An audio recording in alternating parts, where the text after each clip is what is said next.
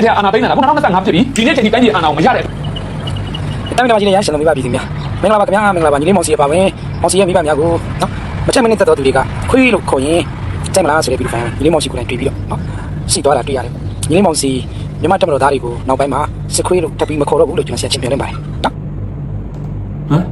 ခွေးလို့ရှိရင်ခွေးလို့ခေါ်တာဒီမှာပေါ့ငါမိဘတွေကအများပြည်သူပေါ်ခွေးချင်းခွေးချန်တွားကြံလို့အများပြည်သူကခွေးမျိုးလို့ပြောရင်ခံရမှာပဲ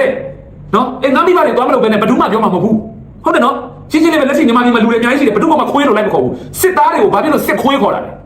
ဒီနေ့ခေတ်မှာခွေးတွေလို့ပြောလိုက်ကြည့်မင်းမယုံလို့ရှိရင်ကလက်ထစ်ကောင်ရေးနော်မင်းကပြောမယ်ကိုစီခေါ်လို့ခွေးဖြစ်တာလားသူတို့ခွေးစားခင်းလို့ခွေးဖြစ်တာလားဆိုမင်းရဲ့ Facebook အကောင့်မှာမင်းတင်လိုက်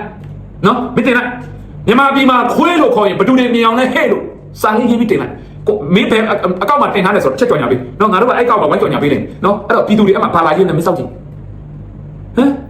လက်ရှိစစ်တပ်ထဲမှာစစ်သားကောင်းတွေလည်းရှိပါတယ်။ချို့တွေစစ်သားတွေဆိုတော့မိဘဆွေမျိုးကိစ္စနဲ့ဘယ်နည်းကပြောမလူတာမလွတ်လာလို့ဒီမတရားပြုတ်ကျင့်နေမှတည့်ရတာနဲ့ကြိတ်မိတ်ပြီးနေရတဲ့စစ်သားတွေအများကြီးရှိတယ်။သူတို့တွေကအပေါ်အမိတ်ပေးတာတော့မှအောက်ခြေမှာအဲ့ဒီအမိတ်နှစ်ခုကြားမှာအစင်ပြေအောင်လို့ပြည်သူပေါ်အတက်နိုင်ဆုံး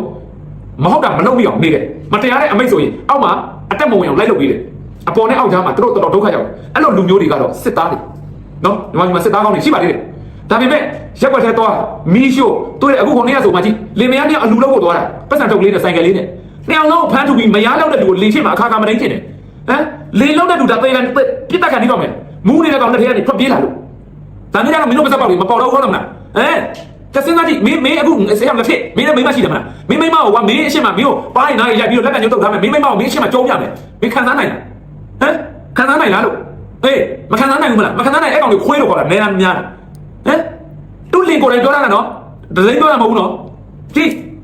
အဲ့ဒါပဲအဲ့တော့မင်းတို့စစ်ခွေးလို့ခေါ်တာဘာဖြစ်လို့ခေါ်တာလဲခေါ်တဲ့လူကိုအပြစ်လာမတင်နဲ့